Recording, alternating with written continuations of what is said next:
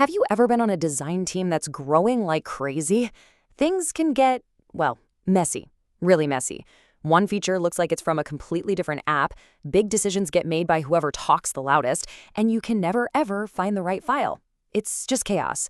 Well, today we're going to dive into a super practical 6-month playbook for taming that chaos and bringing some serious consistency to your user experience.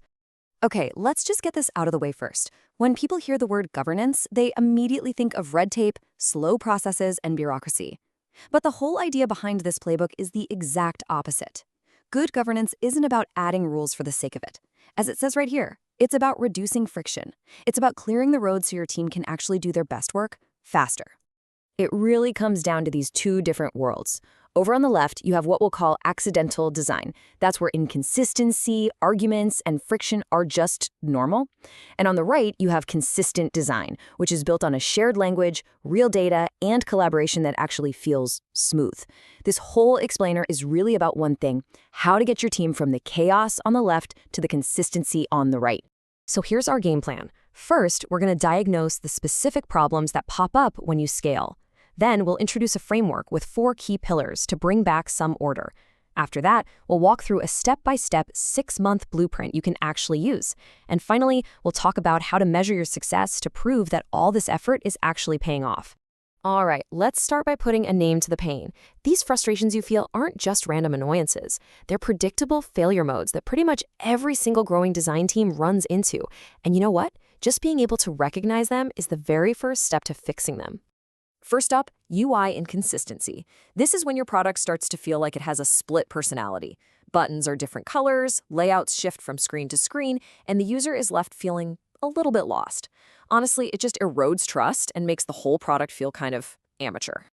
And next, we have the classic trap: opinion-driven decisions. You know what I'm talking about. Without a real system for using research, design choices get made based on someone's personal taste, or worse, whoever has the most important job title. This leads to building things that serve the egos inside the company instead of the users outside. Then there's random quality. When you don't have any shared standards or review processes, the quality of a feature is totally dependent on the individual designer who worked on it. The user experience becomes a lottery. Sometimes you win, sometimes you lose. And that is not a game you want your users to be playing. And finally, we've got the silent killer of productivity: tooling friction. This is when one designer uses Figma, another uses Sketch, handoff documents are all over the place, and engineers end up wasting hours just trying to figure out what they're supposed to build. All that little friction adds up, and it slows everybody down. Okay, so we've identified the chaos. That's the bad news. The good news is there's a way to fix it. The solution is a framework that's built on 4 essential pillars, and each one is specifically designed to counteract one of those failure modes we just talked about. This chart really connects all the dots. See how this works? To fight inconsistency, you build a solid design system. To get rid of opinion-based decisions, you implement research ops. To solve for random quality, you establish quality assurance with clear standards and review gates. And to kill that tooling friction, you standardize your tooling and infrastructure. For every single failure mode, there's a pillar of order.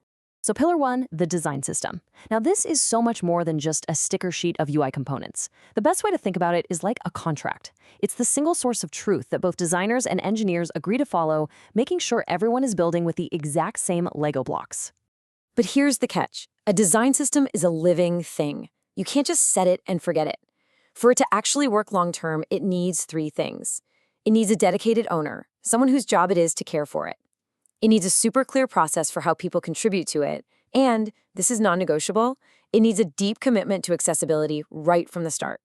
Without these, even the most beautiful system will just wither and die.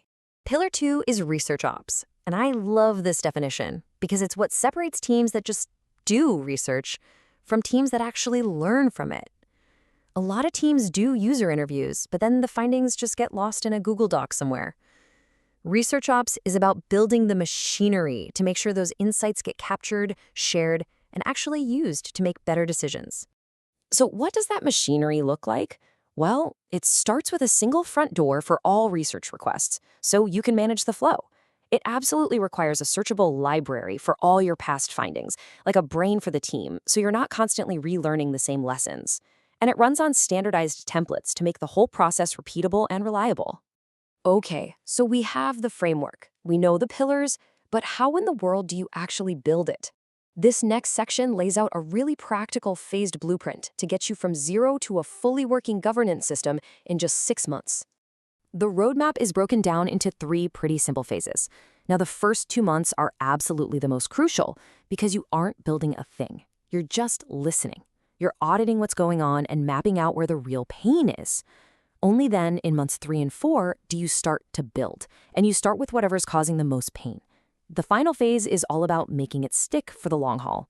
Now, pay close attention to this because this right here is probably the single most impactful ritual you can introduce. A structured design review with 3 very clear checkpoints.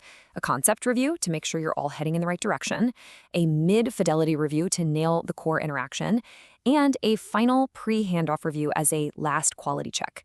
This isn't bureaucracy, it's a quality control system for your entire product. So, you've built the system, things are running smoother. But how do you actually know it's working? And maybe more importantly, how do you prove its value to your boss and the rest of the company? Well, the final piece of this puzzle is all about measurement.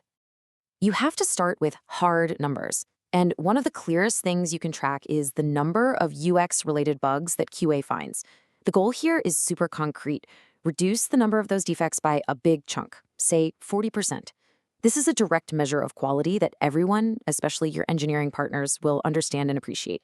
But it's not just about bug counts. It's also about people. A huge goal here is making life better for your partners in product and engineering. Using a metric like Net Promoter Score, or NPS, is a great way to track whether your new process is actually helping them or hurting them. Success means your process is seen as a powerful enabler, not just another burden. And here's a critical piece of advice. Never, ever rely on the numbers alone. Metrics can be gamed. You have to pair that quantitative data, like bug counts, with qualitative feedback from real conversations. That's how you get the full story. And make sure you're not just hitting a target while making your team's life miserable. You know, the funny thing is, the ultimate goal here is to build a system that's so smooth and so effective that it basically becomes invisible. The process just fades into the background, and all that anyone ever sees is consistent, high-quality work. And that leads us to the final, crucial question you should be asking yourself. Think about it. When people on other teams talk about the design team, do they talk about all your complicated review meetings and your strict rules? Or do they just talk about how reliable, how consistent, and how excellent the user experience is? The answer to that question tells you everything you need to know.